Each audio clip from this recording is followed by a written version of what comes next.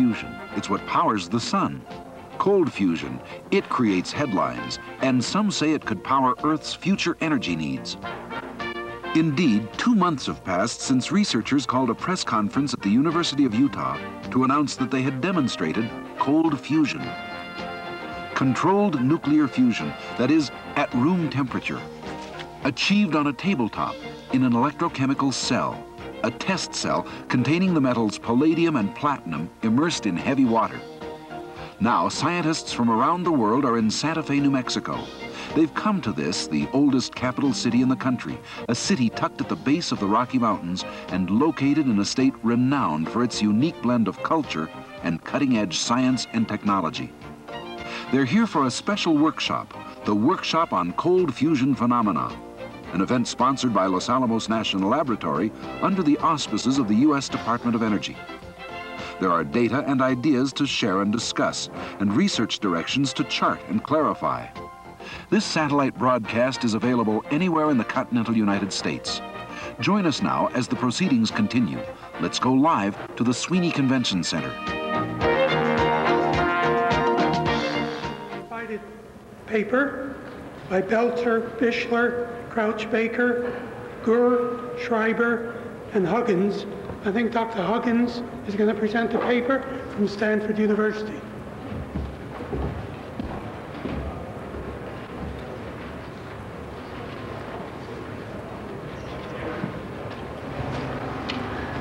Good afternoon. Nice to see some of you come back for your afternoon nap after the nice lunches. I'm going to talk about two features of the mixed conductor palladium, hydrogen, palladium, deuterium systems. If you want to find out why they're mixed conductors and why that's an important feature, you have to talk to me later. I don't have time to talk about that at this moment. Instead, I'm going to talk about some other topics. First, I want to point out that this field has some major quandaries. It's rather obvious to all of us by now. And let's focus first on the question of, is anything unusual happening when deuterium is inserted into palladium at very high activities? Is anything happening at all? That's the first question. Second is, what's all this reproducibility problem all about? Some people obviously observe effects, and others do not. I'm confident that after you hear what I have to say, that you will agree that there indeed are very significant effects under certain conditions.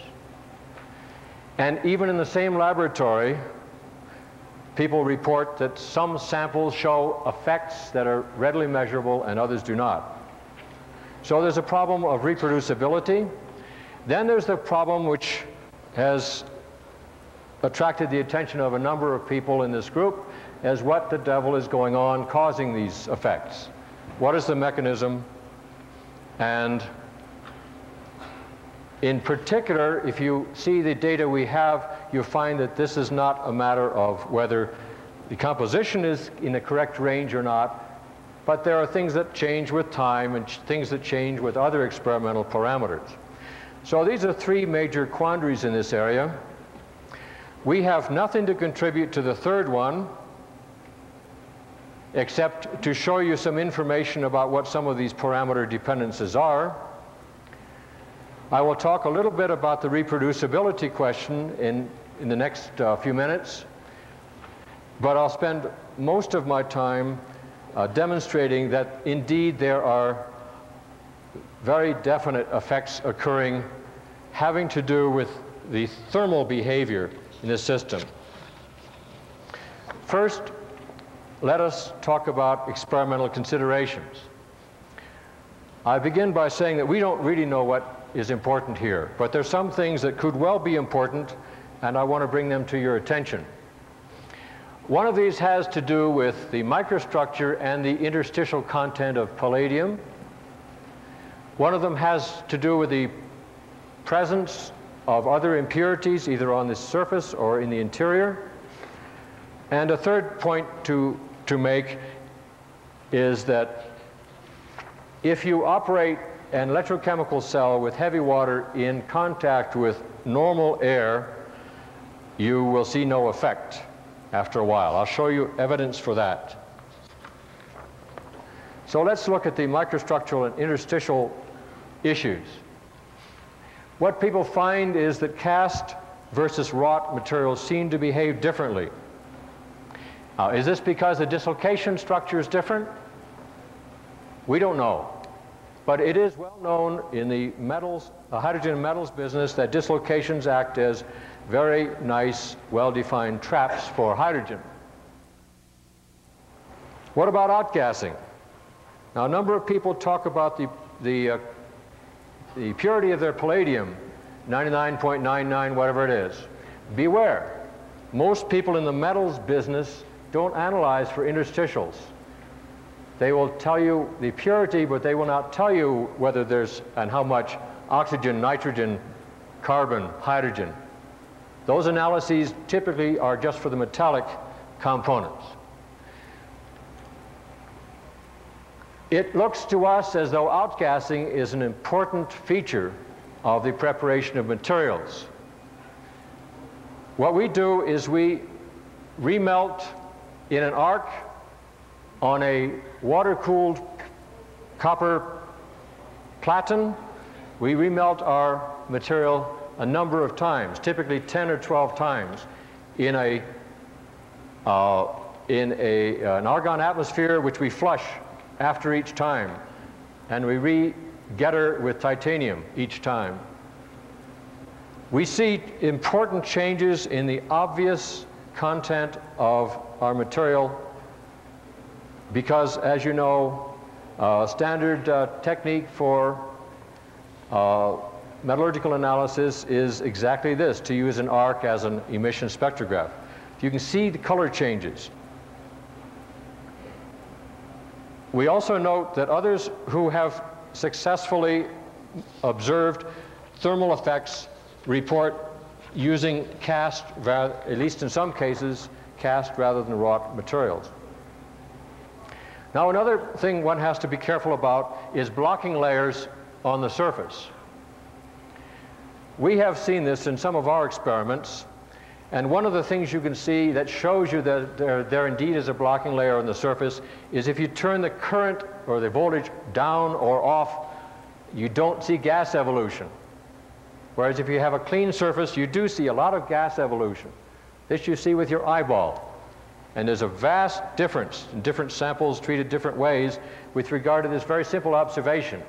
When you reduce the chemical potential of neutral deuterium on the surface by changing the electrical parameters, you see gas coming off in some cases and not in others. We also have seen in some cases significant changes in the cell resistance when something happens. When we do something wrong, we find the cell resistance suddenly goes up and we know that something has changed significantly.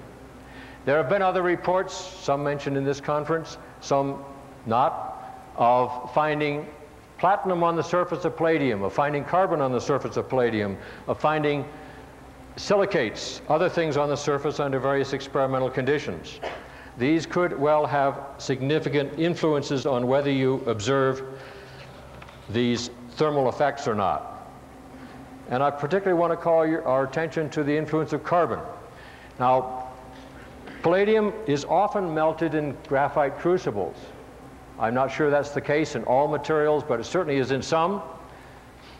And what one finds, if you look at the phase diagram literature, is that palladium dissolves about 2.5 weight% carbon when it's liquid. That's when it's melted. You can dissolve a lot of carbon in palladium. As it cools, there's a eutectic reaction which causes the carbon to precipitate as graphite. If you cool rapidly, it's very, very fine graphite particles. If you cool more slowly, you may see the larger ones. Now, that's interesting. If you do a little bit of thermodynamics, you come to the conclusion that if you have graphite in your material and you introduce hydrogen or deuterium, there's a Gibbs free energy that's negative for the formation of methane. This means that in local regions, the graphite will react with the incoming hydrogen or deuterium, and this will consume some of this material. It also will form small bubbles and pockets. And some of the fracture effects people have seen surely relate to this. This is a very common observation in the hydrogen embrittlement of steels and of cast irons. So in some materials, one may have to be careful about carbon or graphite. This may have some influence upon what gets measured.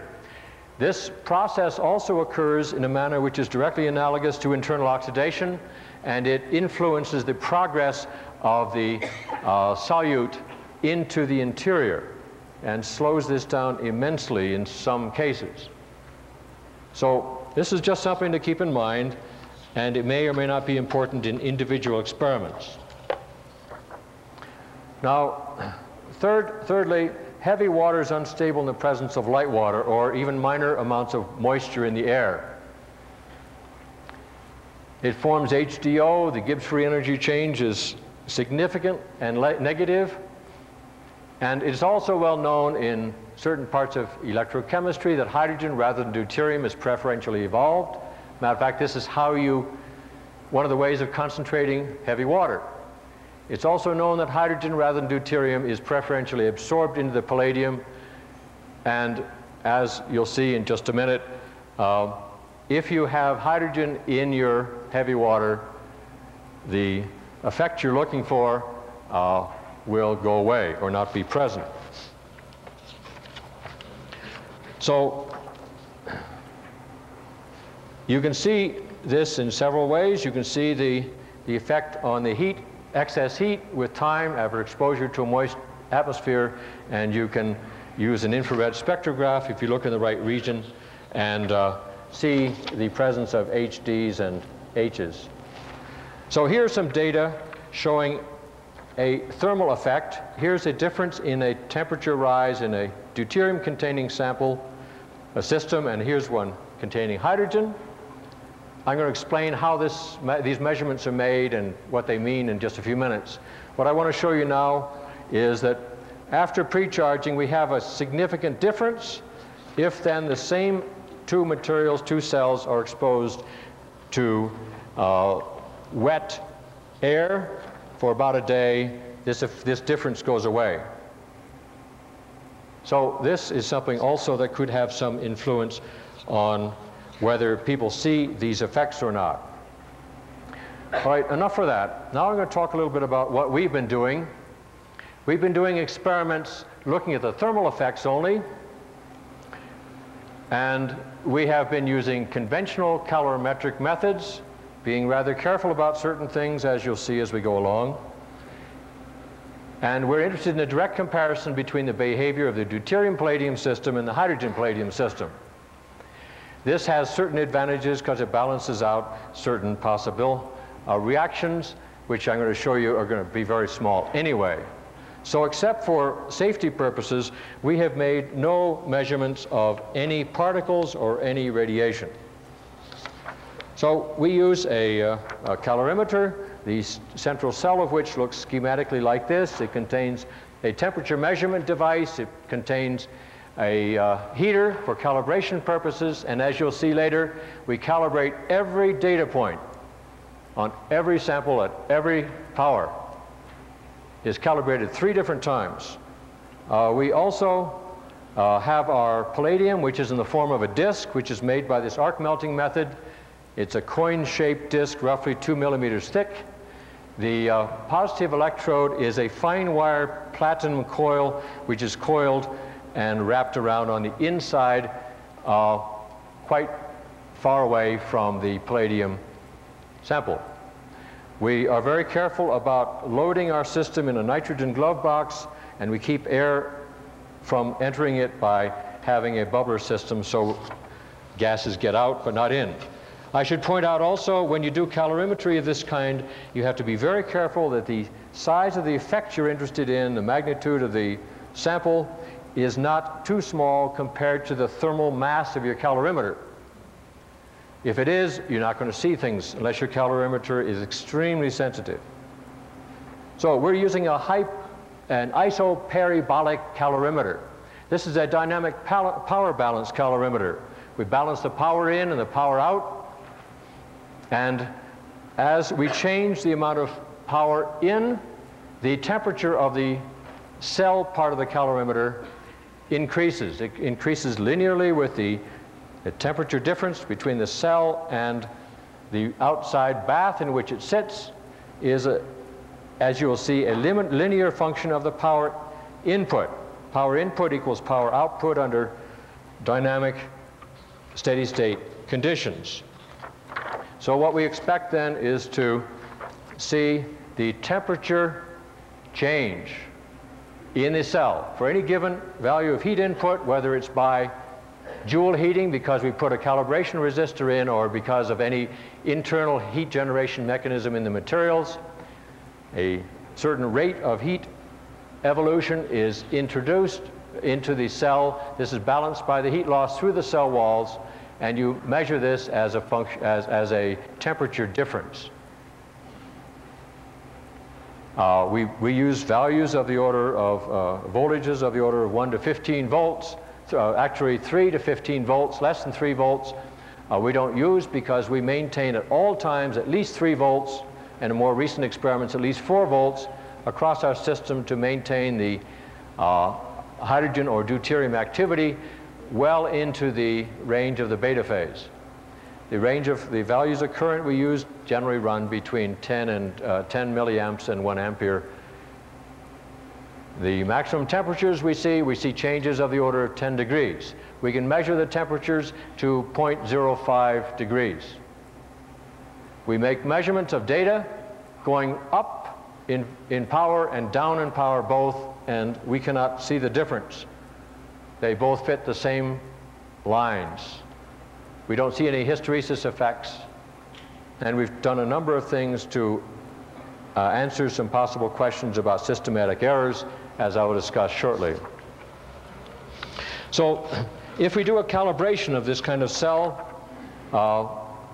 we put heater power into it. Here's heater power in watts. Measure current times voltage, and you measure the change in temperature of the cell to the cold water bath. And these are two different cells that were set up side by side. One turns out to contain light water and hydrogen, the other heavy water and deuterium system. Now if you turn off the electrical input, either with a heater or your electrochemical input, what you find is that bath temperature, the cell temperature comes to that of the bath. And the time constant is of the order of 10 minutes to 20 minutes, 15 minutes. So that's the time constant of our system. And you also find if you turn off the voltage, you get a lot of gas evolving from a palladium if you have a clean surface. Lots of gas coming off. If you reduce the electrical input, the cell temperature drops not to the bath temperature as we did here, but down to some other lower temperature. So you reach a new equilibrium temperature difference. Now, we've discussed in professional meetings now twice some of our calorimetric work, and various questions have arisen regarding possible errors. One of these had to do with stirring. One of these had to do with the calibration. Does it vary? That is, do the thermal properties of the system vary with the amount of stirring? Well, in order to investigate these, we've introduced additional mechanical stirring using a water bath shaker, commercial water bath shaker. This is mechanical stirring in addition to the massive stirring you get from the bubbles in the electrolysis system. We've measured the difference in the cell to bath temperature as a function of the stirring rate. And we always operate in the range in which no additional stirring influences what we measure. If you have very low currents and you don't have additional mechanical stirring, you do see a shift in the temperatures, but we always operate under conditions where further stirring makes no difference. And the data I'm going to show you later here have been taken the last few weeks, in which we did a heater calibration 3 times at 3 different heater power rates for each electrochemical cell power level. So I'm going to show you some data in a few minutes that involve lots of experiments. But we calibrate at every power level, every data point. Now what about possible other effects besides the electrolysis? See, the major thing that goes on in these cells is you electrolyze water or heavy water. But what about other things? You could have endothermic phenomena. That's things that cause the system to get colder. Or you could have exothermic phenomena that introduce heat above and beyond that you put in with a heater or that which has to do with the properties of the system itself. So let's see what that would be, how you could observe it, how you could evaluate it. So let's look first at endothermic phenomena. If you have heat leakage from the cell, up wires, tubing, through connectors, what about heat carried out by the gases? What about the evaporation of the solvent? All these cause the temperature of the cell to drop. So if you measure a temperature rise, this means what you're measuring is smaller than what's really there. So endothermic phenomena would make it look as though you have a smaller effect than you really do have. All right, what's this look like? For endothermic effects, what should you see? If you have, and here we're plotting the temperature difference between the cell and the bath as a function of time. Now, if you have a heater calibration, that is, you just introduce heat with a resistor and you pass current through this resistor, then you should have a steady state temperature in the cell different from that of the bath, and you have a value which is time independent. Now, if you introduce electrolysis, that is, you start electrolyzing the water or the heavy water, this is endothermic, and so you should see the cell temperature drop this much. And you can calculate what that is, and I'll show you in a few minutes actual data which verify that value. So this is an endothermic effect having to do with the electrolysis. Then if you have any further endothermic effects, they're going to cause the temperature to drop even further. So the net temperature you'd measure is lower than that of the endothermic effect due to electrolysis alone. That's what you would have if you did have indeed endothermic effects. Now what about any possible exothermic effects? Suppose, well, you do have insertion of the hydrogen or deuterium into the palladium. You might have that in the course of the experiment that you're measuring. That's going to be exothermic. It's very small. We know what that is. It's about 1,000th of the value that you measure. It's exothermic, but it's small. What about recombination? This is an issue or a question that's been raised by a number of people. Recombination, if it's complete, if it's 100% effect, will only get rid of the endothermic. It would just balance the endothermic effect of the electrolysis. There's no way recombination will give you more energy out than you put in by dissociating the water. So at the very worst, that's 100% of the endothermic effect here. Corrosion reactions, if they're significant, can give you exothermic phenomena. Any subsequent reaction of gaseous products could give you exothermic phenomena. Of course, you're putting mechanical energy into stirring. That's also exothermic. So there are these possibilities. What would they do to your measurements? Well, your exothermic measurements, exothermic effects, would mean that what you measure is a higher temperature than that you get for electrolysis alone. So you have your heater and you electrolyze, you drop the temperature. If you have some exothermic effects, it will cause this temperature to rise. But the recombination can never get you above this point, because you never get more heat out of recombination than you put in to decompose the material. So this is an important feature that some people don't seem to have necessarily measured. Fine, it'll be a little lower. So what do we see? Here's a calibration set of data. Here's a heater, and here's what we see. This is the endothermic effect when we electrolyze hydrogen. Here is the endothermic effect when we electrolyze heavy water. both of these, you can calculate what they should be, and what you measure in the case of the heavy water one, we're within 93% of the theoretical value. This means that all other possible exothermic processes, recombination, anything else, is a maximum of 7% of the change we're measuring here. All right, now what are we going to see? What do we actually observe? In the case of light water, here's our calibration. Here is the electrolysis endothermic effect. What we find is this does not vary with time. I'll show you that in some data in a few minutes. But if we have the heavy water, what we find is we start off with a heater calibration, endothermic effect, and then as a function of time, what we see is the data go up like this. Now, there's an exothermic process occurring as a function of time, which not only takes care of the endothermic electrolysis, but gives us actual excess heat. This is what one means in a brute force way. This is excess heat. We're getting more heat out than we put in, even assuming you measure this only with a heater. Now, time dependence. This means that as a function of time, the bath temperature starts out at the endothermic electrolysis and moves up with time and gives us excess heat. What's it look like? Well, here is, excuse me.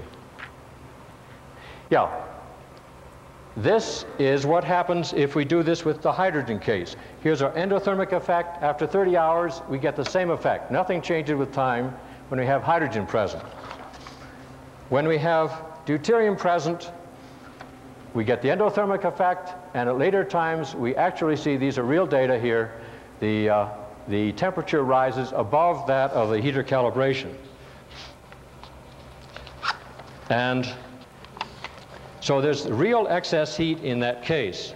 Now, what about the magnitudes? Well, the magnitude of excess heat varies with time. If we start out at 0 time, here is our break-even point, and in very early times, we get this endothermic effect. Then as a function of time, the deuterium-containing cell temperature rises. These are the data points, and here is the data from yesterday. And we have 12% in this particular experiment excess heat above the calibration and 22% heat above the hydrogen case. So what I've intended to do here is to show you that there indeed is a difference in the case of deuterium, case of hydrogen, and there indeed is real excess heat. This excess heat cannot be due to recombination or any other exothermic effect, because we've measured that. It's a maximum of 7% of the endothermic effect. So the end result of all this is that we have to pay attention to these reproducibility effects. This is a materials issue, and let's all get to work on it and try to figure out what these things are all about. Thank you.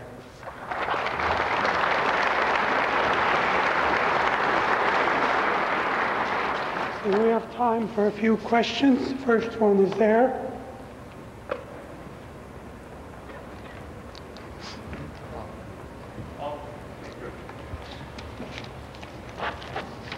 Nate Lewis, Caltech. I have 3 short questions.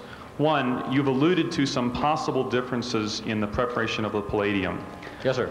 As I think you know, most of those differences, for instance, casting and carbon, are things we have also paid attention to and have not seen any excess enthalpy. Would you be willing to measure one of our samples that in our hands does not have any excess energy to check if there's a systematic difference between our laboratory's methods and yours? Sure. Okay. We'd be glad to do a lot of things in cooperation with other people. We've been very busy trying to do the things that we thought were most important in the last few weeks. And with limited resources, people, time, space, we can't do everything at once. Good. We are undertaking this one longer time experiment, which is showing continually increasing amounts of excess heat. And that seems to be, at the moment, our most important thing. Let me do one more. Yes. The cell constant. Okay. A question over here. Sorry, we have time for very few questions. Bill Ayers, Electron Transfer. I didn't notice any difference between this data and the Los Angeles data. Could you reiterate again your power output figures? It's not clear. The differences here are the data points I showed you today. Every data point is calibrated against 3 different heating calibration measurements. Questions were, did we have absolute calibration in our earlier data? The fact was, we calibrated sets of data. Now we calibrated every data point. When I showed you these data, it changed as a function of time. Every point was about 30 experiments. But you have no new data on excess heat output from versus Los Angeles? These are all new data I showed you today. For calibration or for heat excess? Both. Okay. Every data point I showed you also has been calibrated. Were the calibrations done at the same relative temperature difference as the excess? When you measure the excess, is the cell temperature difference about the same as when you measure your heat transfer? Yes. Yes. Okay. One more question. Let's see. Over there.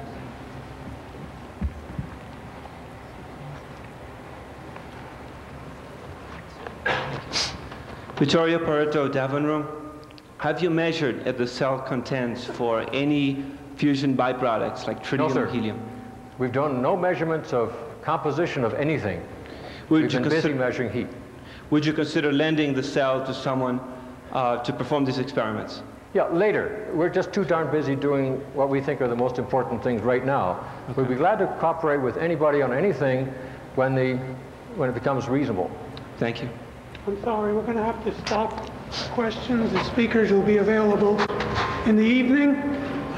Otherwise, we're going to jeopardize the time of subsequent speakers. Oh, we got to get this. The next talk will be on calorimetric and thermodynamic analysis of palladium-deuterium electrochemical cells by Gottschall, Roth, Kelly, Gerlinger, and Ewing from Sandia National Laboratory in Albuquerque. Mr. Gottschall?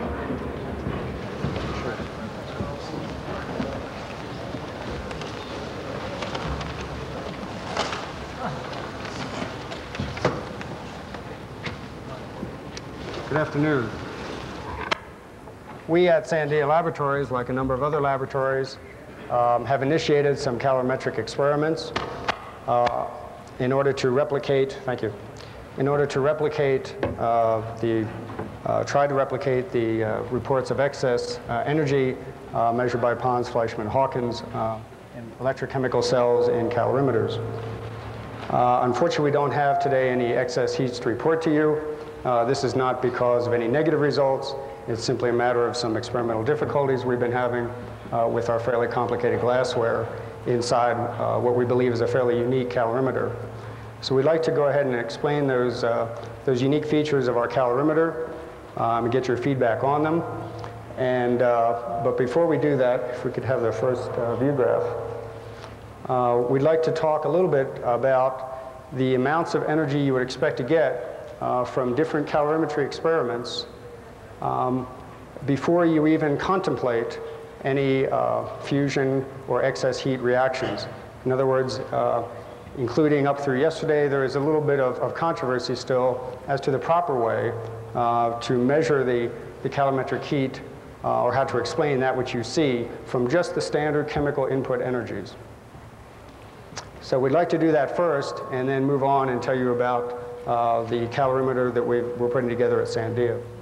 So we're going to begin with basically a thermodynamic analysis and move on from there to look at what that would tell us we would expect to see as heat from these calorimeters, and finish up with some electrochemical considerations before showing you a few pictures of this calorimeter.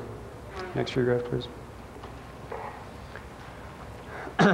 The first point, which is a little hard to take at first, is that if you put a certain amount of electrical power into an electrochemical cell which is sitting down inside of a calorimeter, you do not expect to see that exact same amount of energy coming back out to you as heat from the calorimeter.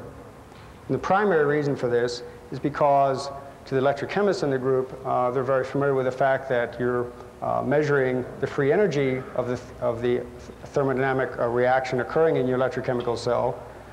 When you measure it electrochemically, that is, the voltage is akin to the free energy, or delta GR value, given there, whereas a calorimeter can only measure the enthalpy of the reaction, of that very same reaction, expressed as delta HR.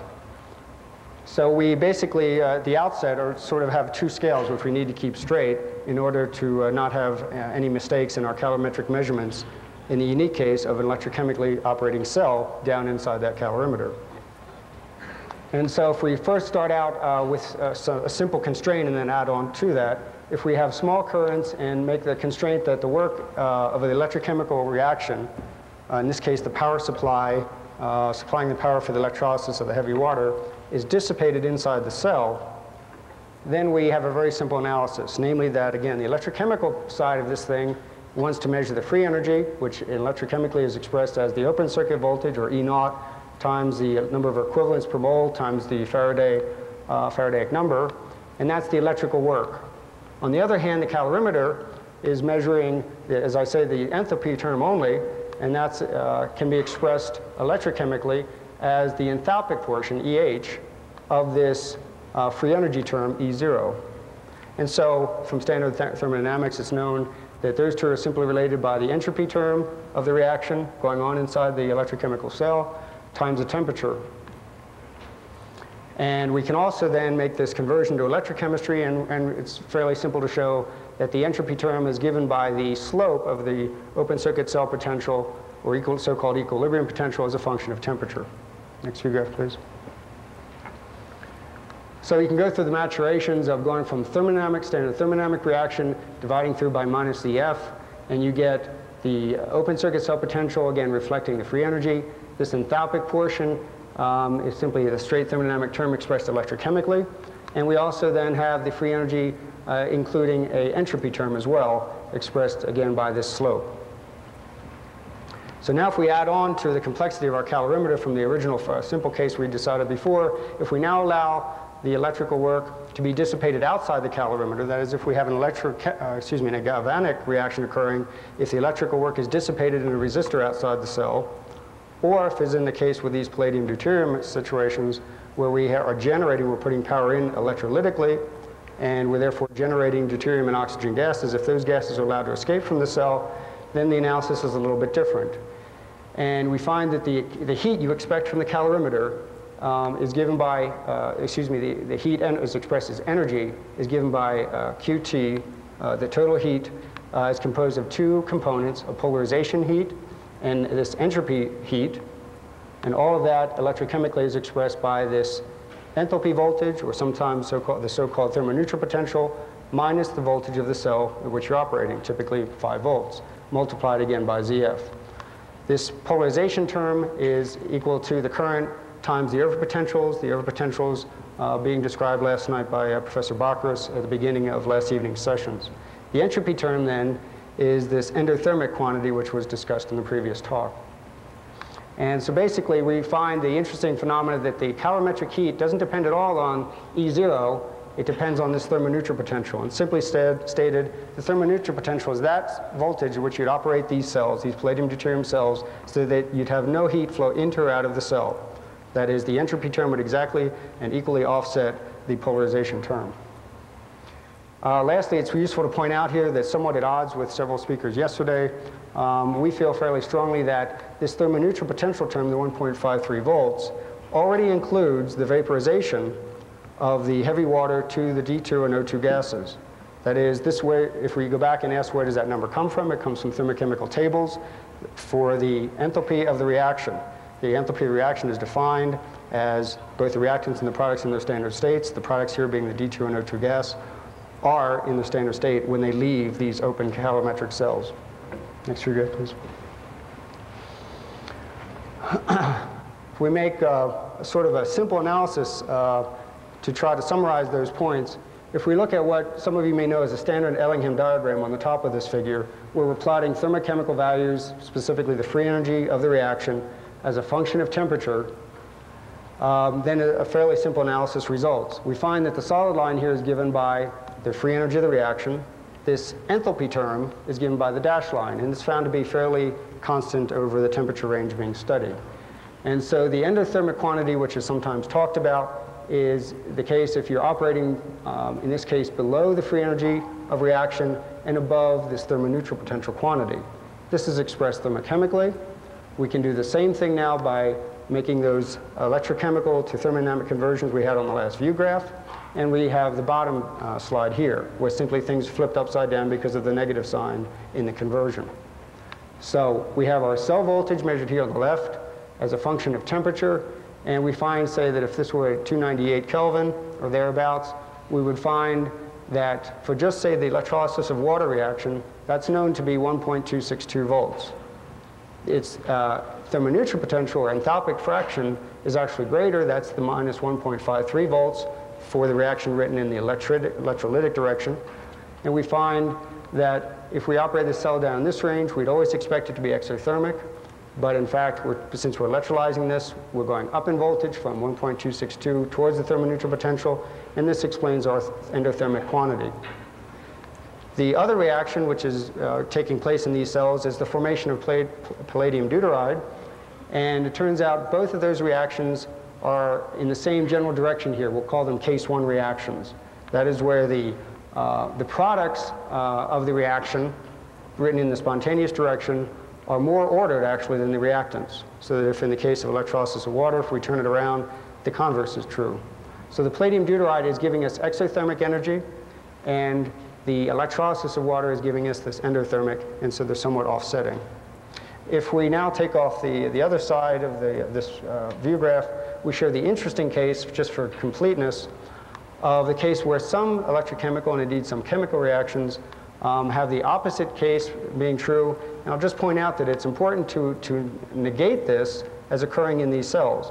Because in this case, if you simply flip the previous discussion around, that if you operated on simply what many people consider the total energy, the current times the voltage of the cell, if the electrolysis of water existed in was a case 2 type chemical reaction, which it's not, you would have actually underestimated the amount of energy that you would have been seeing. That is, current times voltage would not have been the total energy into the cell, because you actually be getting more energy, more heat could be explained by the entropy aspect of it, and that right there is a 30% difference, and it could, if this was the case, have explained all these excess heats.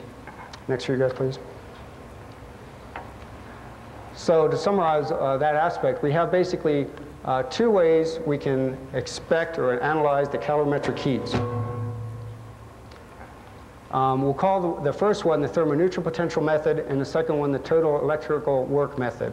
As we just saw, this method, although it seems more simple to simply expect the heating power in the calorimeter to be the current times the voltage of the cell, is not what you necessarily expect coming out of a calorimeter. Depending on which way we just looked at that previous graph, it could either overestimate your energy or your heating power or underestimate it. The proper way to do it is, as been discussed yesterday morning and elsewhere, is that the heating power, now if we take that previous reaction and simply differentiate it with respect to time, the ZF term goes to the current, and we have Q dot, the heating rate in terms of watts. And so we expect from the calorimeter to get the amount of heat predicted by the thermoneutral potential, the enthalpic portion of the voltage, minus the true operating voltage of the cell times current. Simple as that. That's only the case, though, as was presented in the previous talk, if no gases recombine. In that case, you'd be double counting, and so you need to know, obviously, in an open calorimeter, how much, if any, of that gas is recombining. But nevertheless, it's important to point out that if you do know that, this technique is the most correct method for measuring an electrochemical cell in a calorimeter. If you either don't know how much gas is recombining and want to be conservative in your analysis, or if you know you have a lot of gas recombining, then it is proper in this case where the electrolysis of water is, as we showed it, endothermic, then it is proper to use the heating rate as simply the current times the voltage. Ideally, obviously, you want to empirically measure exactly how much recombination you're getting, and then use this technique, the top one. By the way, this technique is, in a Pons and Fleischmann paper, is known as a joule heating, and this is referred to as a total energy method. And lastly, I'd like to point out on this view graph that the heat you'd expect, since the question was asked yesterday afternoon, how much heat could you explain by the palladium deuteride formation? As you're initially loading the palladium, it's a small quantity, but it's significant. It's on the order of 36 kilojoules per mole. That explains an open circuit potential of 31 millivolts, which offsets that 1.53 volts. But because these are long-time experiments, if you actually integrate it out over time, if we take the data from Pons, Fleischmann, and Hawkins, we see that this represents a very, very small fraction of even their initial report of 20 watts per cubic centimeter. It only represents about 0.02% of the total energy, excess energy that they saw, or that they reported. If we just do a simple example to try to illustrate quantitatively rather than just talking about these concepts qualitatively, we've taken a simple hypothetical example of a cell operating at 5 volts and 1 ampere. And if we look at it in terms of this joule heating or thermoneutral potential method or total energy or what I call electrical work method, we can compare the two directly. By this total energy method, you'd expect to just use the voltage of the cell, and that would simply be 5 watts, an amp times 5 volts. But if you did it, given the endothermic nature of heavy water, you'd expect to only see the calorimeter giving you back 3.48 watts out of the 5 watts you know you're putting in there electrochemically. And that's because the rest is going actually into the formation of these gases. And so you would not expect to see it as heat. And as I say, that explains about a 30% difference, a fairly substantial amount of energy to be keeping track of here. Lastly, if you do include that small palladium deuteride formation, and only in the beginning of the experiment as you're loading the palladium, you'd expect that number of 3.48 to actually be more conservative still, and you would expect to see 3.66 watts. But remember, that would not be expected to be occurring 100 or 800 hours into the experiment. Next graph, please. And to simply point this out on our energy scales, if we look at either an energy scale in terms of volts on the right, excuse me, on the left, or in terms of thermochemical values in kilojoules per mole on the right, you can do it either way. They must agree. We see that if we have a 0-volt baseline here, non-spontaneous reactions are down or south on this view graph, and the palladium deuteride formation it gives us heat. That is, it's a spontaneous reaction. Above this line here, we can see where our voltage is going to in these cells. The cell is operating at minus 5 volts, the minus because it's electrolytic reaction. The cell polarization is given by most of the voltage from 1.5 to 5. Note that these numbers are not exactly on scale for clarity. Thank you. And this tells you how much of the fraction is endothermic and how much is electrochemical in nature. Next graph, please.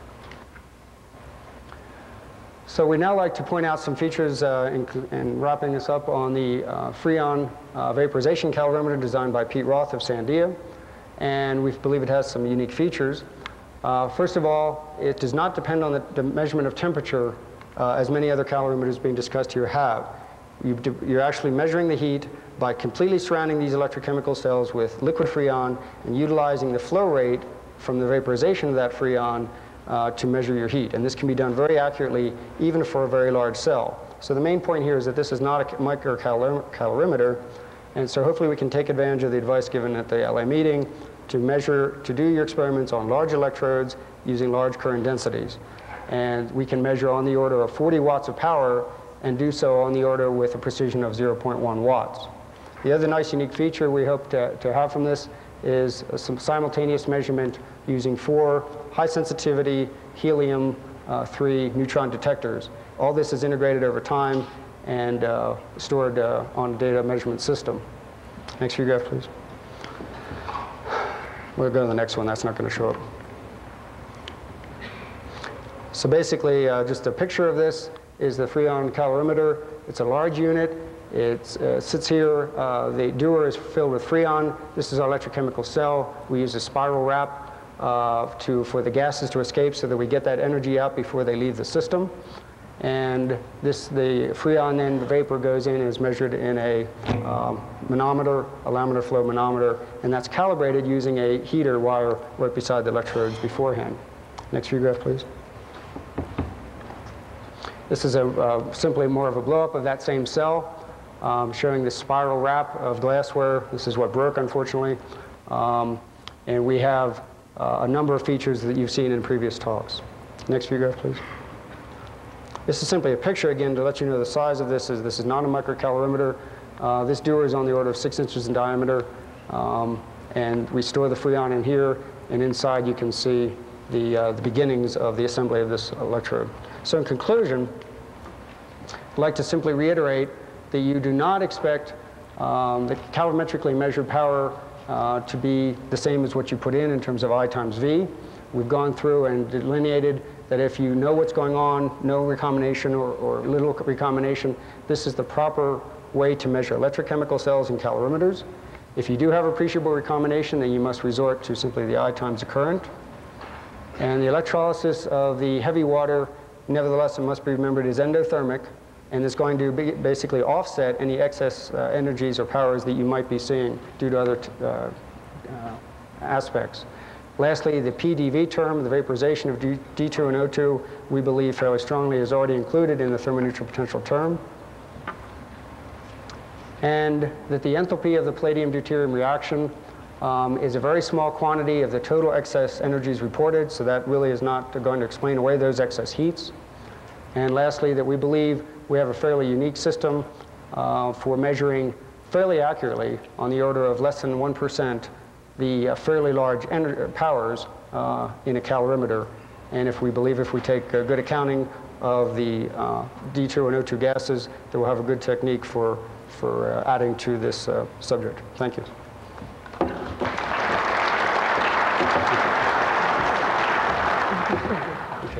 I think we have time for 1 or 2 questions. One there.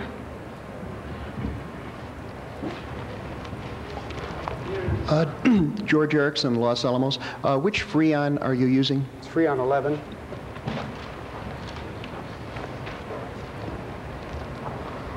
It boils at 19 degrees centigrade. I think I forgot to mention that. Well, with respect to your analysis, I don't think that the heat of vaporization is included in that 1.53 volts, because the standard state for H2O is H2O liquid. And when you take that H2O liquid, then only you would arrive at that number 1.53. Otherwise, it will be lower. I'll be happy to discuss it with you later, but the delta in the free energies, in the enthalpies of the free energies, the delta sign signifies the enthalpy of the reaction, that is, from the reactants to the products, in which case then you look, the thermochemical table values give you the values for both the standard state of the reactants. Let me finish, please. May I finish? So the standard, you're absolutely right. The reactant is in its standard state as D2O, and we believe that the thermochemical value gives you the standard state of the products, in this case D2 and O2, in their gaseous states. No, the reactant is D2O liquid. That's correct. But the products are D2 and O2. I'll speak with you about it later. One more question. Yeah. Lauren Fuller from Elk Ridge National Laboratory. I think you're both right, but what we're talking about in the vaporization part is an additional amount of moisture, of D2O, that is carried off in the gas, the O2 and the H2, D2 that are generated. That's what we're interested in the vaporization.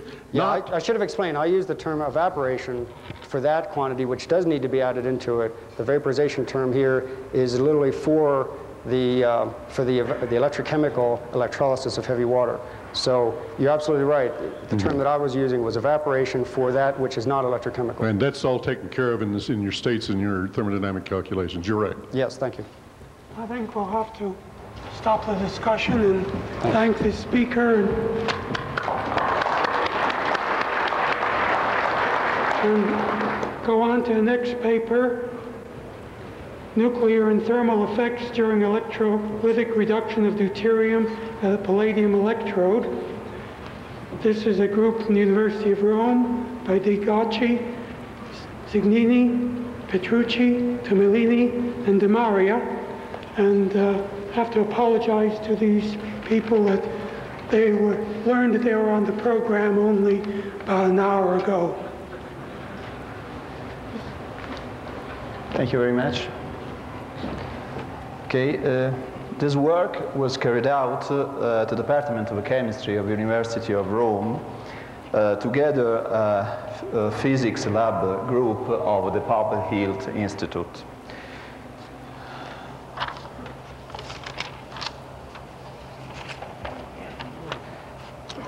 The experimental features of our experiment are essentially these.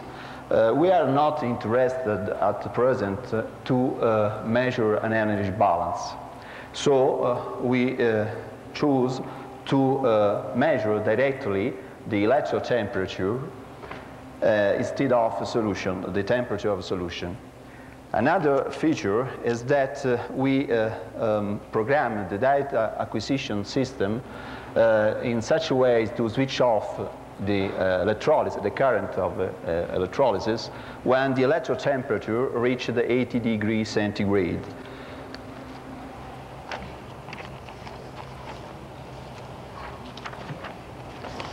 The experimental electrochemical part is essentially constituted by a measure in galvanostatic conditions at 3 electrodes, in which the working electrode is a palladium parallelepiped with those dimensions, and with S-type thermocouple embedded in it.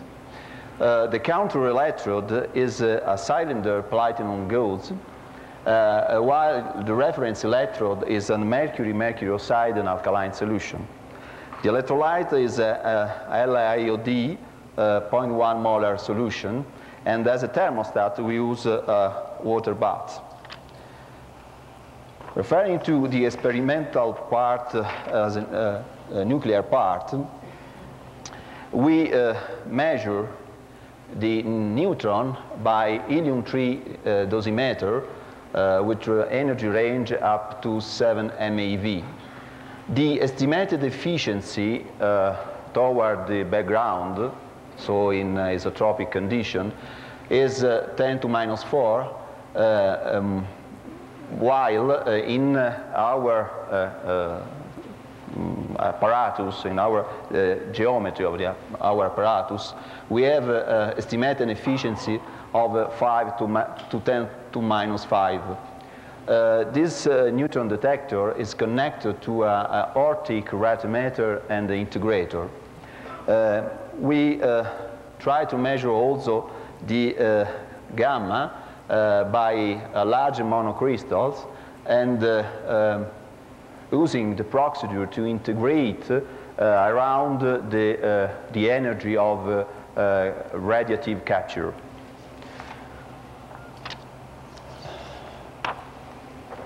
The cell is sketched in this view graph.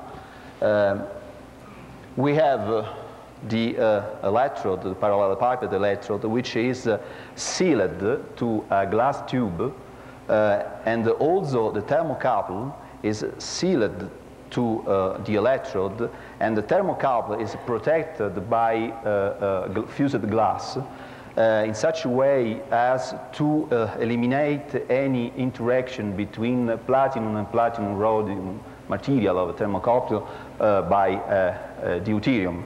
Because in the preceding experience carried out in water, we don't use this protection, and after some hours we have some problems in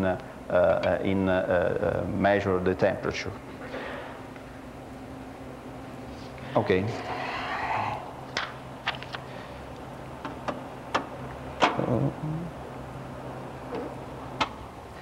We have some slides.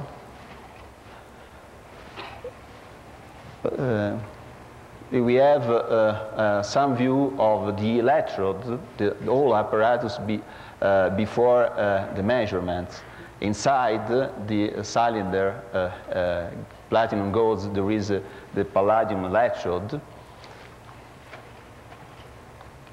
This is another view. The tube are one is was used to as a vast tube for evolving gas, and the other two analyze the gaseous atmospheres. This is another view, and this is the cell assembled. On the bottom there is the mercury oxide reference electrode. This is a neutron on the right, neutron detector, and and in front, there is the sodium iodide monocrystal. This is not good picture. This we have a homemade data acquisition system that in the first experiment, electrochemical parameter was acquired in real time, and neutron detector was connected to a recorder.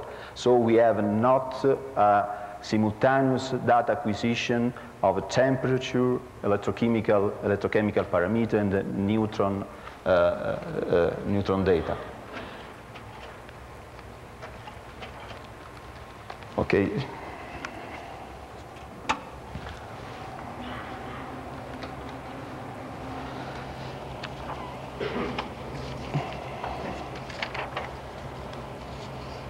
It's possible to switch off.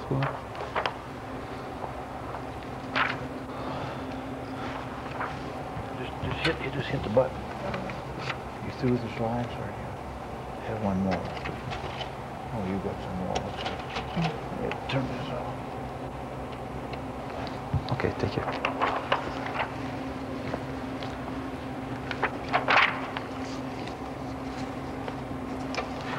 Okay, this is the last data acquisition before the event, and this is about the 4-day of electrolysis at 200 milliampere square centimeter, and the upper curve refers to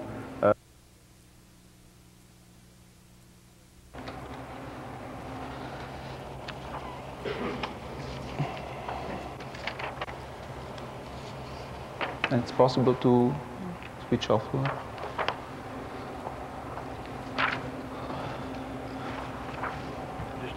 Just hit the button. You through the slides, or you have one more? Oh, you got some more. Yeah, turn this off. Okay, take care.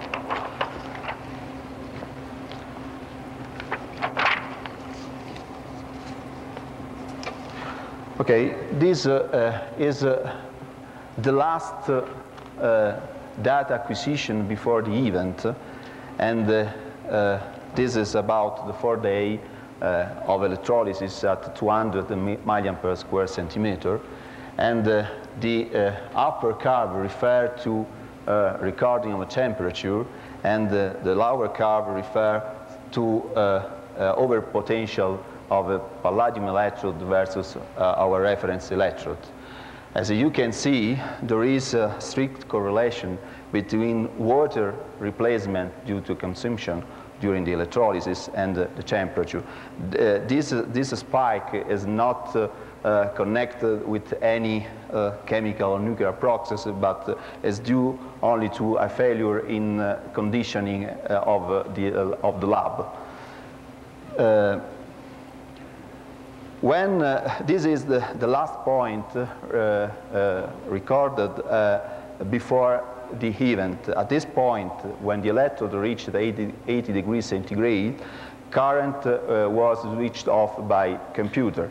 At that moment, anybody was present in the lab.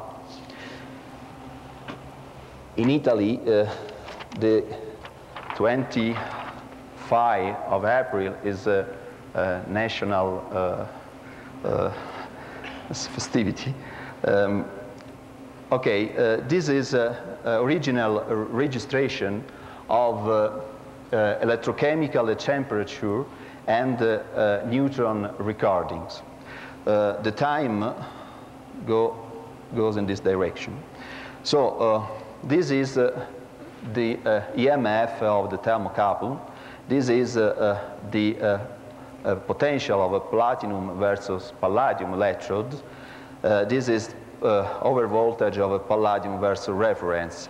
This is the integration of this quantity versus times to have a magnitude of the power input to the cell. At a certain time, the temperature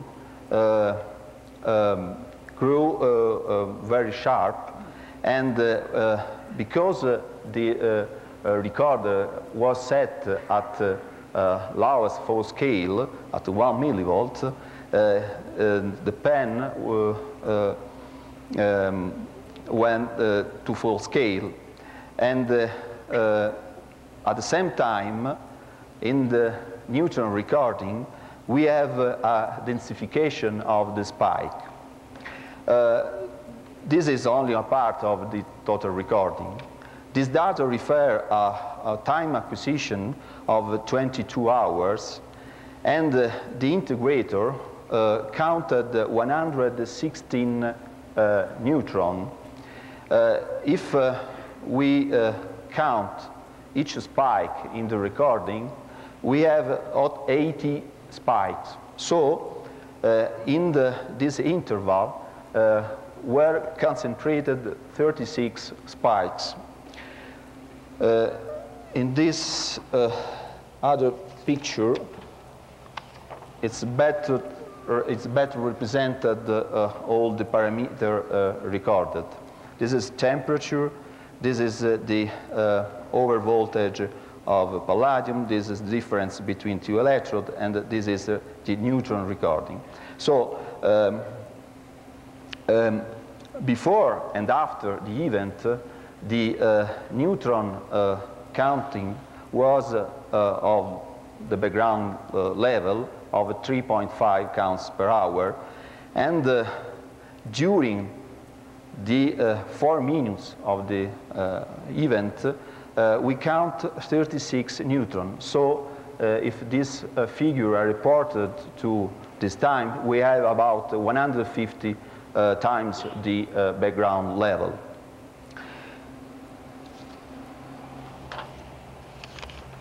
By extrapolating the cooling curve and the rising curve of temperature, we estimated that the temperature of the electrode reached about 150 degrees centigrade. In fact, when I arrived in lab, part of the solution was not present in the cell, and the part of the electrode was found not covered by solution. It's important to say that about 5 hours before the event, personally I checked the level of the solution, and the level of solution was about 50 millimeters above the electrode. We can estimate that this time corresponds to the switch off of the current. So the neutron emission lasted about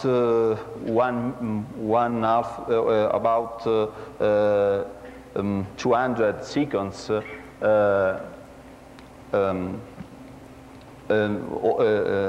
after the switch off of the current.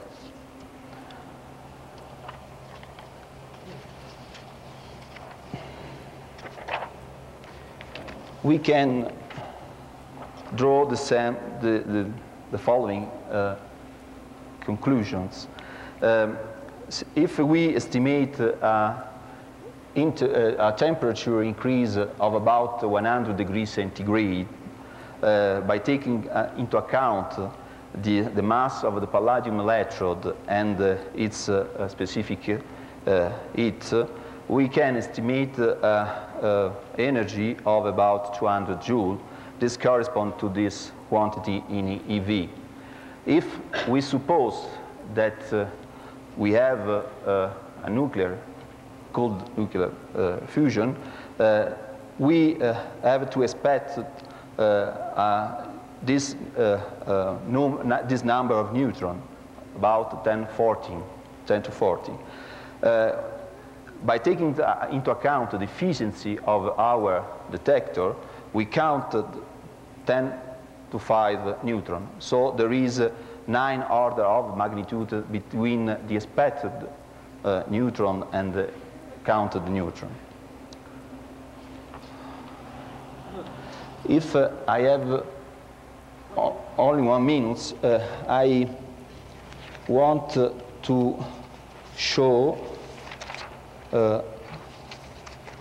some related electrochemical measurements carried out on this electrode.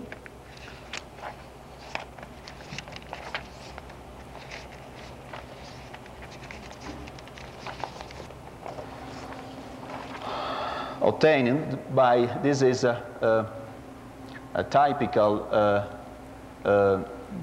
method to charge electrochemically an electrode by galvanostatic pulse lasting different seconds. We can observe 2 distinct parts. The part in which the current was switched off, and we recorded an EMF, an equilibrium potential, and the section where we have a passage of the current.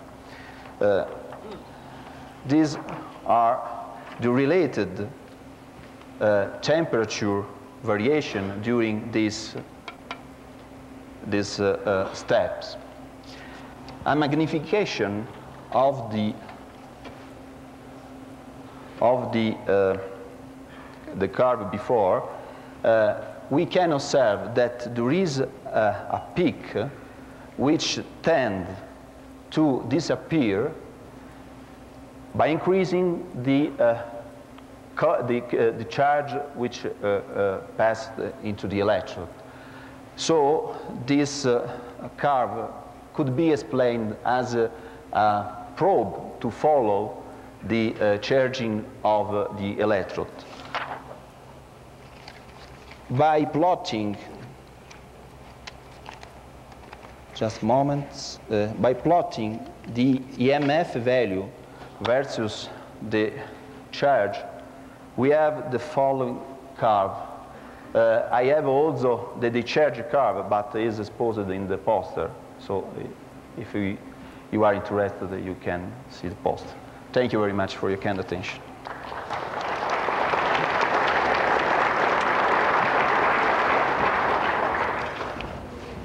Are there any questions on this thing here? I see one here. Richard Petrasso from MIT. I'm a little confused about your neutron rate. You said first 150 times background, and I took an efficiency of 10 to the minus 4, and I get around 10 to the 3 neutrons per second, and that's... Newton per hour. Per hour. Right. 3.5 Newton per hour. Okay, thank you. Question back there? Dick Garwin, IBM Research. I can imagine that the catastrophic event in which the temperature rose 100 degrees or so was not fusion at all, but simply a response to having stuffed deuterons into high energy sites in the lattice, similar to Wigner energy in graphite in reactors. And you see the neutrons, but they may have nothing at all to do with the heat that caused the temperature to rise. The discriminant between these two cases would be to find 10 to the 14 helium-4s. What has happened to that sample? Have you looked for the helium-4 in that sample? I don't know exactly, because it's one can think at several chemical processes that can increase the temperature of the electrode if concentrated in a short time. But the more exothermic process that I can imagine is the recombination of hydrogen and oxygen due to the high catalytic activity of palladium. But this process, also by experience of my colleague in Rome, is possible only if the electrode is exposed to the gaseous atmosphere. After the event, I switched on again the current. And the current was applied for 24 hours. But any other event was observed. Okay. There is a very good poster upstairs which says if you had helium-4 in there, you still have helium-4 in there, you should take that cathode and have it analyzed. Okay, we are trying to do this. Time for one more question, I think, over here.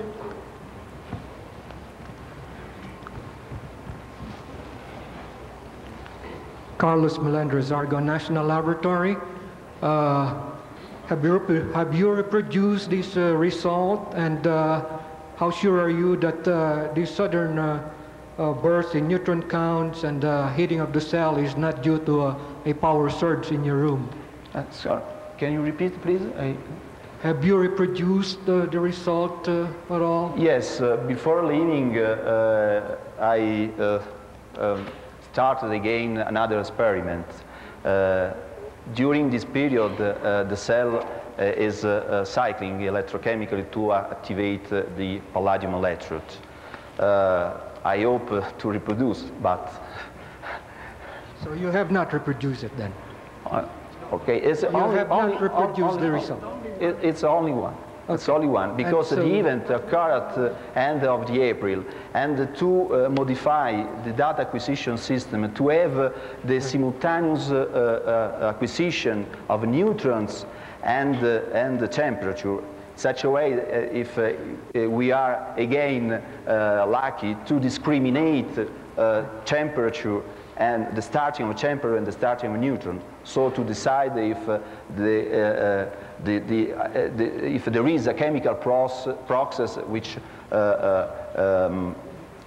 can explain the neutron emission according to the experiment, for example, in Frascati lab by Scaramuzzi, for example. Yeah, but if we observe first neutron, because the heat and the neutron events are so correlated, I was just wondering whether this was due to a sudden surge in power in the room, you know. And I wonder whether you checked that. Excuse me? Electrical, right. You know, electrical? If you have your system plugged to the same outlets, maybe, or something like that. I don't know. Just kind of speculating. I don't understand the question. Okay. Thank you, Dr. Gozzi. I think we better go on to the next talk on calorimetric measurements on electrochemical cells with palladium deuteride, palladium hydride cathodes by Reedy, Miles, Dees, Krumpelt, and Vissers of the Argonne National Laboratory. Mr. Reedy?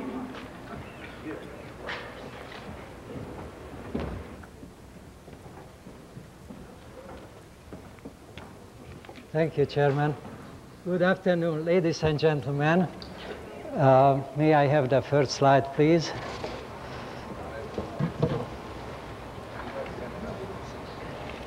I am going to describe our experiments that we done with our new colorimeter setup to look for some excess heat generation.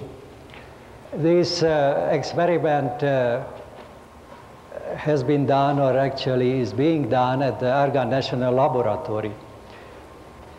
The authors include the team of the experimental work. May I have the next slide? Goals of the experiment was to understand the energetics of the electrochemical formation of the palladium deuterium system. And the second goal, maybe the more important goal, was to search for a generation of excess heat by calorimetric methods. At Argonne National Laboratory, we are involved in energy research and mainly electrochemical type energy research. So primarily, we were interested in the heat production of this process. May I have the next slide? So we have run two kinds of experiments. Series 1, a differential comparison of temperature between identically constructed and operated palladium, hydrogen, and palladium deuterium cells. The second series was the colorimetric measurements of palladium deuterium cells under various electrochemical conditions. In both series of experiments, we used the same palladium electrode size, which was about, exactly was a 1/4 inch in diameter and 5 centimeters in length.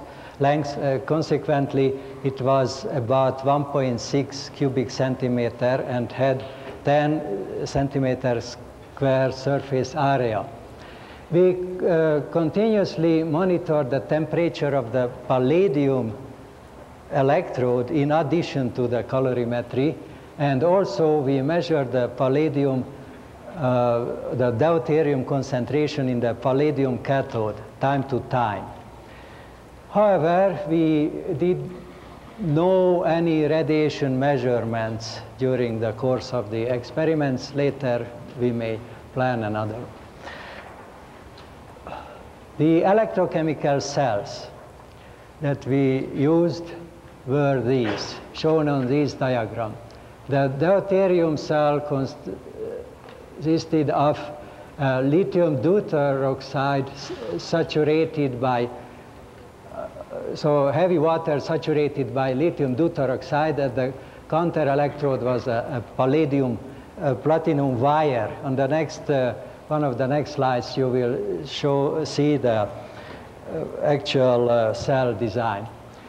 The other cell was the hydrogen cell, actually the same construction and the same chemistry, except that we used lithium hydroxide in that case. Both cases, we use saturated electrolyte.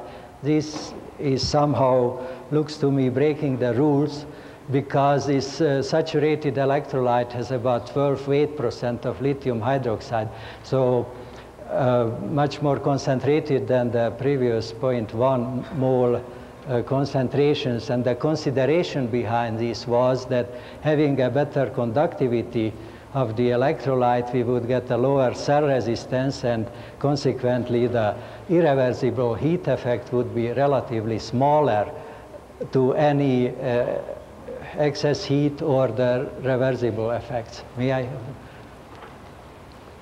This cell was used in the first type experiment, where we had two cells, two identically built cells, one with heavy water, the other with normal water, and we looked for temperature differences between the two identically operated cells. This is the palladium electrode. The size, I mentioned the size already. The platinum coil, counter electrode, electrolyte level. We used the membrane, which was a membrane normally used in any alkaline cells by the industry. The reason was that we tried to separate the hydrogen for safety reasons, but it turned out this was not an important consideration, but we tried to measure the quantity of the hydrogen which evolved and to get some information about that. In a sense, it turned out that this design is not very good, because it is so open on the top that the exchange reaction with the normal water which comes from the atmosphere went on easily. And finally, after 8 days of operation, the heavy water content dropped to 93%. So actually 7% normal water entered to this electrolyte volume. May I have that? Next slide. This is how we operated this twin arrangement with one power source to be, which was a galvanostat actually, to be sure that we do everything the same way with the two cells. We measured the voltage on each cells and the current. In the first case, we just use the same current value in the circuit, but because of the inevitable differences in the cell, no matter how you try, there are differences. For example, if the geometry is the same, the conductivity of the two electrolytes is not the same. We had different cell voltages, and we saw a higher temperature in the deuterium cell. However, when we manipulated the cell voltage equal in the same time when the current was equal, this was done by manipulating the resistance in the cell. So in this experiment, we got identical power in both cells. In this case, the hydrogen cell became a little bit warmer, not the deuterium cell. So we concluded that this experiment is too ambiguous to conclude anything about the excess heat formation, and we turned to full-time to the colorimetric experiments, which will be described right now in the next slide. This was the cell used in the colorimetric experiments. It was a semi-sealed cell. At the top, we used a Teflon plug and only a little gap next to the palladium wire current lead, palladium wire coil, palladium electrode, which was attached to a stainless steel tube, which was covered in plastic to avoid any exposure of the stainless tube to the electrolyte.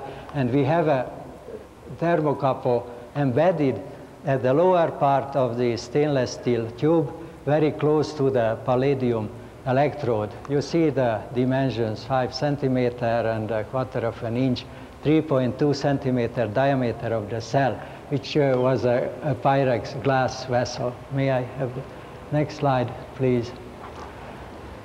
This is our colorimeter, which is a constant heat loss rate colorimeter. We tried to set up a constant temperature difference in the system to ensure that the heat loss rate is really constant. We circulated a 21 Celsius temperature water by an ordinary laboratory, the constant temperature circulator, and we kept the temperature within the colorimeter at 30 Celsius. Between them, we had a gap, which was either filled with air or with water or with some fluid. So we were able to manipulate the constant heat loss rate by using different materials in the gap. What we found was that using an electrical heater in the colorimeter, we were able to compensate for the constant heat loss so precisely that the precision of the colorimeter is 0.1 watt total, and if we translate it to the volume of the palladium, it was 80 milliwatt per cubic centimeter of the palladium electrode. So the key element that we kept the temperature at 30 Celsius, no matter how the cell behaved within the colorimeter. When the cell produced heat, we had to reduce the electrical heater input because these two effects made up for the constant heat loss. May I have the next slide? This was actually a twin colorimeter. In the same bath, we used two identical colorimeters. Again, the same principle. We wanted to operate two cells and to see whether there is any burst effect. It happens only in one cell or in both. If in both cells we may have looked for some instability in the measuring system, but actually we didn't see that. We found very constant temperature over the weeks of the operation. Reactions included in the energy calculations, though electrochemical water splitting, this is quite obvious, gas recombination, later I will explain the significance of these. Palladium deuteride formation, which is actually a chemical reaction produced electrochemically, but it has a significant heat effect. when it forms, it is an exothermic reaction. This is a very simplistic way. Obviously, in the lithium hydroxide, we do not have too many ions like that. Just simply describe the cathode reaction. And the deuterium recombination, which is another important effect in the colorimeter. For example, when we interrupt the current, the gas just evolves coming from the palladium sample and almost like not interrupting the current. May I have the... This is the diagram of the cell operation. Here you see that the heat loss from the cell, which is generated by the cell operation, plus the electrical heater, is going into the colorimeter liquid, which was water, and the constant heat loss goes to the bath and removed by the circulator. So the WL is the heat loss rate from the colorimeter, WH is the electrical heater power, and the WE is the electrical power to the cell. And QC, which is the most important measured number here, is the heat generation rate of the cell, which is transported to the colorimeter. Method of energy evaluation. We define the excess heat by this equation. If the cell heat output is higher when the adjusted electrical input to the cell, in this case we may speak about excess heat. Now QC is measured as I described earlier. QW is the adjusted electrical input by this definition. This is the WE, the cell voltage multiplied by the current at any time. This is the current value multiplied by the 1.53 voltage, and I do not have the time to explain it, but it was explained previously. And we have a term here which is the secondary water loss related term, and includes the evaporation plus the water loss which is due to the saturation of the outgoing gases, the hydrogen and oxygen, which escapes from the cell. This third term, which must be subtracted, is rather low. May I have the next slide? We made energy balance calculations where we integrated the QC and the QW values over the time, and the mass balance, which was the measured value of the water input, and on the basis of the Faraday law, we calculated the theoretical input, which would be required to manipulate the electrolyte level always at the constant level. What we found was that the theoretical line is or the measured values are very close to the theoretical line, so we concluded that the recombination is a very low rate. There is something because these measured points are above, but again negligible. This is, I don't have the time now, but show the last two slides, which is actually the conclusion from the measurement, or this shows the time frame of the experiment, more than 100 hours so far, where we measured the the deuterium concentration, and we were able to reach almost a 1-to-1 palladium-deuterium ratio. We manipulated the current density, and interestingly, we can see that the deuterium concentration varied, but it was not primarily related to the current density. So this is an ambiguous relationship between these two parameters. May I get the next one?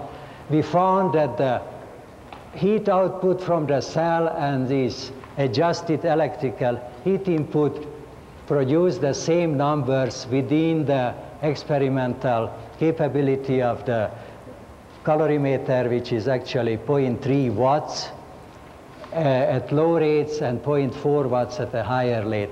The next slide shows the difference between the two values, and we see that there was practically no difference. In conclusion, I can say that no excess heat was observed within the defined boundary conditions. I don't want to repeat them, but I want to mention that the palladium was pre-treated. We bought the palladium rod from the Johnson Matthey company, and we used it as received, except that we applied a 650 Celsius heat treatment on air for an hour, followed by vacuum heat treated at 600 Celsius overnight. And the current density range was from 12 up to 500 milliampere per centimeter square. Totally, we put in 1,200 experimental hours into 6 cells, and the longest experiment was 460 hours and equivalent to 700 ampere hours input to the cell. Thank you for your attention.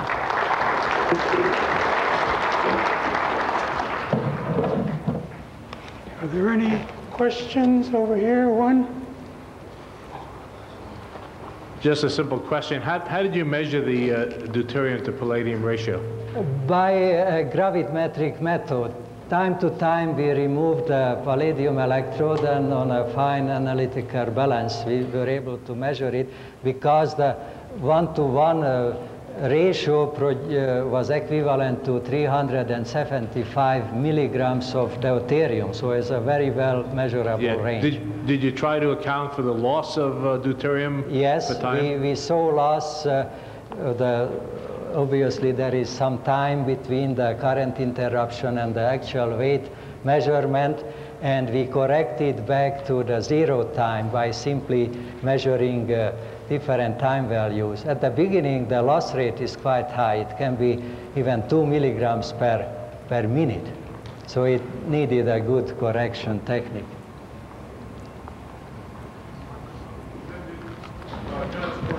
Motors. Then did you interrupt your experiment to do the weight measurements to monitor the deuterium content? Yes, we had to interrupt the experiment, but it varied within 2 or 3, maybe 4 minutes. It didn't need too much time.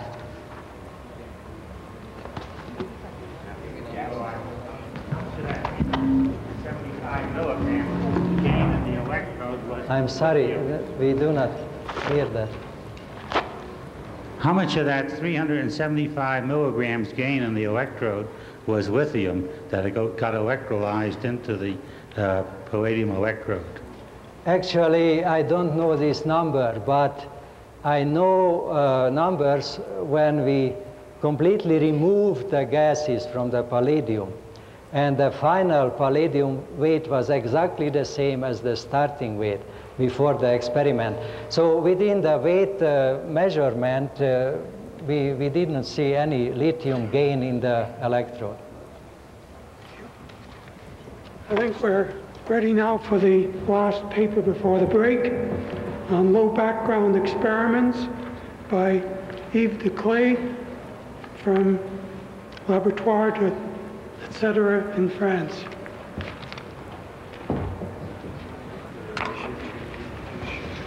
The laser light.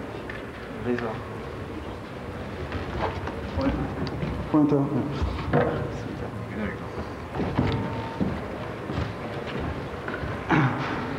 Voilà.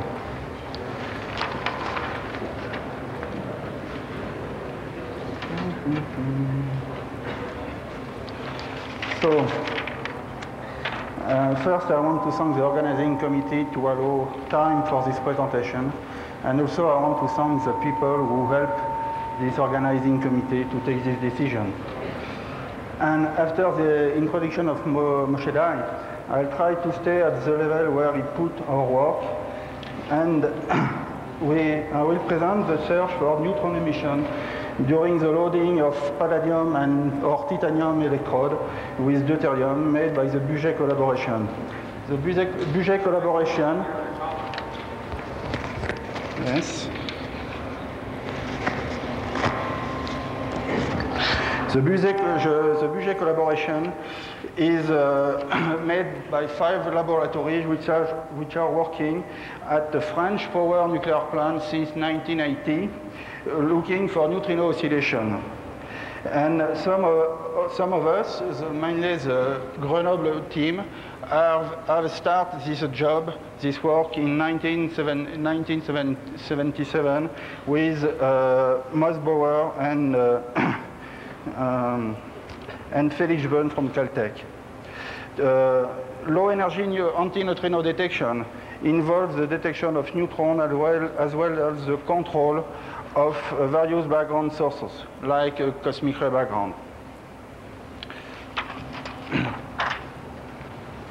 So, detection of neutrinos, in our case, is roughly the same problem to detect fast neutron. Since you can see that the antineutrino interact on proton and give you a positron and a neutrons. These neutrons have a low energy of few keV, and this neutron can be captured on the lithium-6 nucleus giving alpha and triton. The prompt pulse is made by the positron, which is related to the neutrino energy minus 1.5 MeV. In the case of the fast neutron, the prompt pulse is given by the thermalization pulse on proton, and the sum of this energy released on the proton gives you the energy of the neutrons.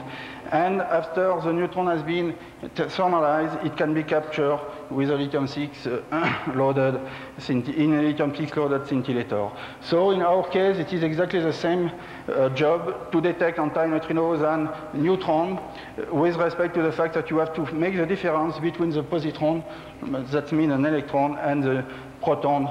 And this can be easily done with some techniques. So for that, we have developed a new liquid scintillator which has been made under our specification by Nuclear Enterprise, which is a lithium-6 loaded scintillator based on pseudocumen. So basically, an elementary cell of our detector looks like that. It has 85 centimeter long, a square of 8.5 centimeter. All the material has been selected and measured to get as low activity as possible, especially the glass, for example, of the phototube is made without potassium-40, and so on and so forth. You can see that each cell is seen by 2 photomultipliers. In that case, you can avoid trouble with only 1 photomultiplier looking at any 213, for example. In addition, you can measure the position of the deposited energy inside this cell, either by looking at the time difference between the 2 pulses or looking at the relation between the charge seen by one side with respect to the other side. So the light funnel looks like that. It's made of Teflon sheet with a small stainless steel pieces inside and with aluminum sheet to get good reflectivity. For the neutrino detection, we construct a large detector with 98 cells, which looks like this one, which has put into a large vessel, 600 liters. And you can see these 98 elementary cells of the neutrino detector.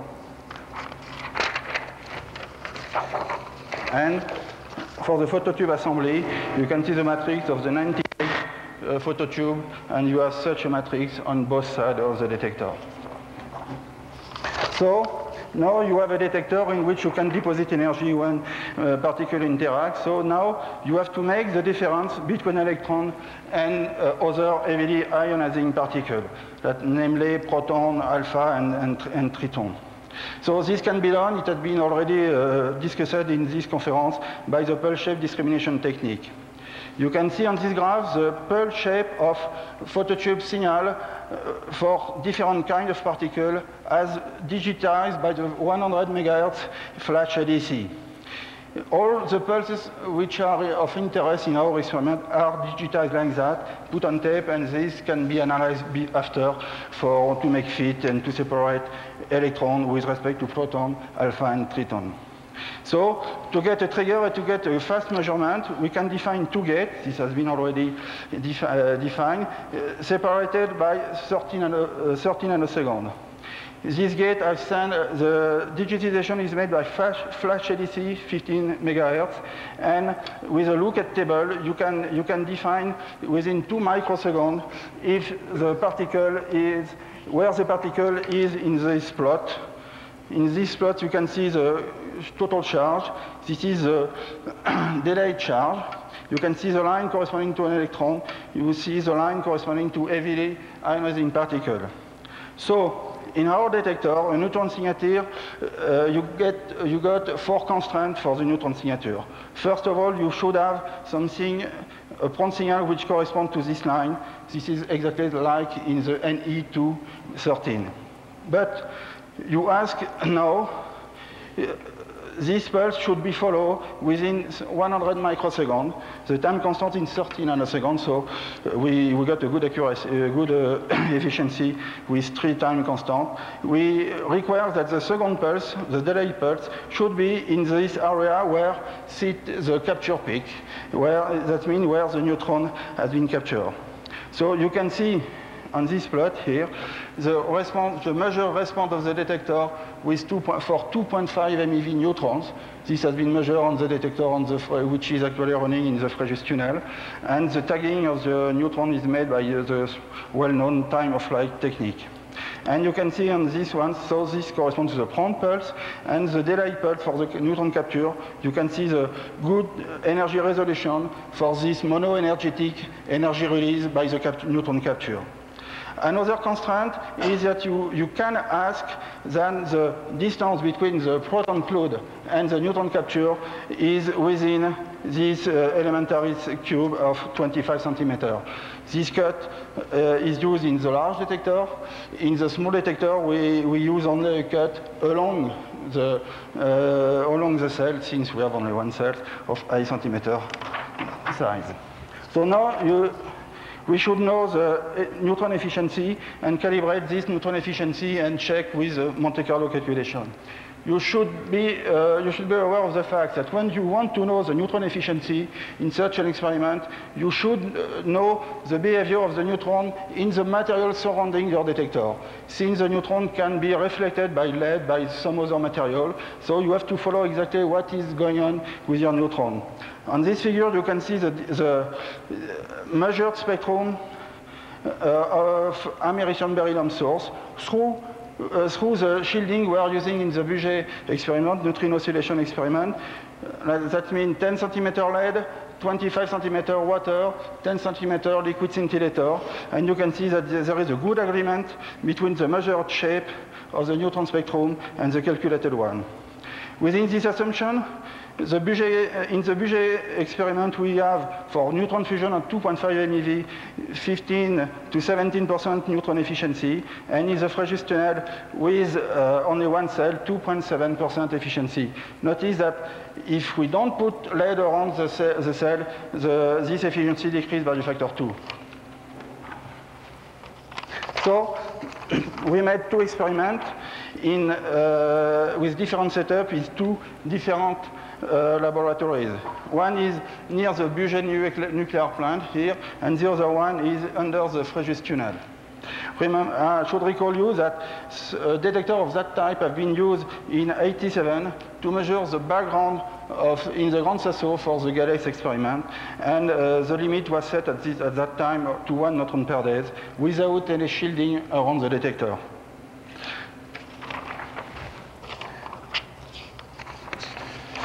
So this is a sketch of the Buget experiment.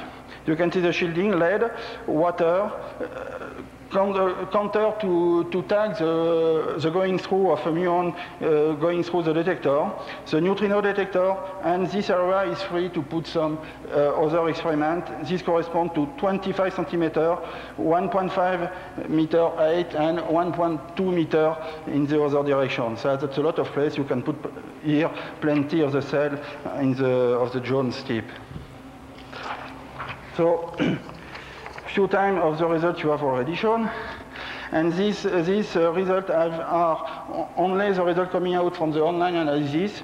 Offline analysis is continuing, and this will reduce this background level by a factor 2.5, mainly iterating on the cut and applying the distance cut and so on, and also analyzes the pulse shape, the pulse of the phototube with 100 MHz ADC. And you can see the frequency distribution. Nothing happened for 300 hours, and we made several experiments. So we can set a limit to the signal minus background measurement over a 3-hour period to the level of 0.4 plus or minus 1.6 neutron per hour. And this will be reduced by a factor 2.5. So we made several electrolysis with this apparatus. This electrolysis can be summarized here. So we fix the current during the electrolysis, we fix the temperature with the water bath, we record the voltage between the cathode and the reference electrode. And we have been used palladium, titanium, palladium foil, palladium wire with a sphere, which maximizes the ratio between surface and volume as Jones requires, and with different electrolytes and different current density. So we didn't see any neutron above the background, and we can put a conservative limit, actually, of 46 neutrons at 2 sigma level emitted by hour with this electrolysis. So now the second experiment in the Fréjus tunnel, the second series of experiments in the Fréjus tunnel. We use a cell of that size. In this cell, we are using selected new phototube with extended photocathode and improved light guide. So we gain 75% in the number of photoelectrons, and people involved in that field that the resolution depends strongly of the number of photoelectrons, and the resolution and also the rejection depends strongly of the resolution. This detector has been put into a low activity lead and copper. There is a lot of room inside this shielding. This is roughly 25 centimeter by 25 centimeter, 1.2 meter long. So you can put also 10, 20 cell electrolysis in that shielding. I recall the neutron efficiency in 2.7%. The counting rate in single of the 6-liter detector inside the shielding for single, that means with a 90 keV threshold, it's 4 per second. For heavily ionizing particles, that means in the PSD area they are shown before, is 0.15 Hertz, and this is mainly due to the radioactive contamination of the lithium salt inside the scintillator, and the neutron capture rate is 20 per hour. That means if you require only the signature of a capture, you get a background of 20 per hour, and the limitation comes mainly from this parameter. So now, if you ask for correlated particle, fast prone pulse for the proton and capture peak for the neutron, you reach 1 per day for an energy of the neutron greater than 0.5 MeV. So now, if you require 1/3 of the cell, since for a point-like neutron source, you don't need the edge of the detector, this can be reduced to, and this can be tested with a neutron source and so on, to 2 events per 5 days. I can show you rapidly the contamination of the scintillators. This is the total charge.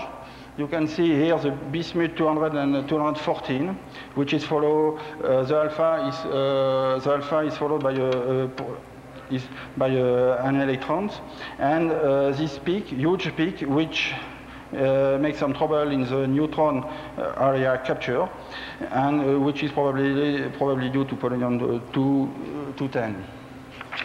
So you have to be careful with. I have to go very fast. But then also we made a lot, also some electrolysis with wire, with foil, and so on and so forth. We didn't see for all this experiment any neutrons, and in this experiment we have been using much more higher current density, and we are actually preparing other experiments using the Jones, so-called Jones cocktail. We're using radium-loaded cathode in order to test the radioactivity effect on neutron emission. That has been a paper on that which has been circulating at the desk from our group. And so we didn't see at the level of 0.017 neutron per hour any neutron. So if we take this number as a 2.5 MeV signal, which is, I think, pessimistic, you can set a limit for the number of emitted neutrons during this experiment. Maybe with other experiments, this number will be higher, and of 1.5 neutron per hour at 2 sigma level. We made also, very rapidly, I have only two transparency, one before the conclusion. We made also a pressure experiment with titanium, and we see for 3 days only 1 neutron. The deuterium and be put at high temperature, 600 degrees, inside the titanium. You can see on that graph the pressure behavior of the experiment and the temperature behavior. We are loading here the deuterium inside the titanium, and we see the loadings since we have been putting more and more deuterium inside this small tube during that phase, and going very rapidly to the liquid nitrogen and doing a lot of cycle during 3 days, and that was only 1 neutron, which was probably lost somewhere in the tunnel. So the conclusion, I think that we have constructed a very sensitive neutron detector, and with this apparatus in the Fréjus tunnel, with respect to the Texas AM background, we get a factor 2.8 10 to the 3. With respect to the Grand Sasso experiment, which had been presented this morning, 2 10 to the 3. And with respect to the BYU neutron detector, 2 10 to the 2. So we make the invitation to those groups we want to really measure the neutron flux coming out from their apparatus to come in the Fréjus tunnel, use our detector. It's free, it's duty free, and this probably allow this guy to make a very good check of the neutron emission of the detector. I think that we have quite an ideal detector since we have zero background for few hour runs. If I've been listening correctly, a lot of experiments see neutron in small bursts and of few hours. We have a high neutron detection efficiency. It can be increased by putting more detector. We have a good neutron energy measurement without tail. Without tail, since we require that the neutron should be captured inside the same cell, so it can't escape. And we have a good time accuracy between events, 250 nanoseconds. So if you have bursts, you can measure it with a good accuracy. And also all the parameters, including the 100 megahertz EF HADC, are recorded on tape, so you can replay the analysis and check if you are done, if you have some bug in your experiment. Thank you for your attention.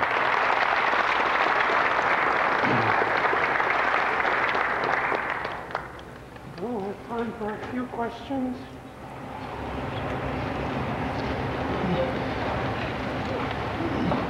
No question? Yes, besides the kind invitation of coming under Fréjus, which we appreciate very much for its scientific opening, I'd like to pose a very simple question. Are you going to prosecute your measurements, or this is your final result? No, we are going to prosecute our measurement. And you are going to change some of the parameters, or? We were preparing palladium rod 3 millimeter diameter, which are actually under loading with deuterium. We are preparing, as I said, radium-loaded palladium electrode to test the neutron emission due to the alpha when you put deuterium inside the cathode. I didn't have enough time to say that we have measured the cross-section of alpha in heavy water by putting alpha source inside, and we see very well the alpha as a neutron coming out from the breakup reaction of alpha on deuterium with a threshold of 6.6 MeV. So actually we are running this experiment. We are also running other pressure experiment. We will try to change the parameter of the loading of deuterium inside the palladium or titanium according to the remark which has been done up to now. And have you any idea of trying with different electrolytic solutions? Playing on electrochemistry? Up to now, we have been using only lithium LiOD, and except in the first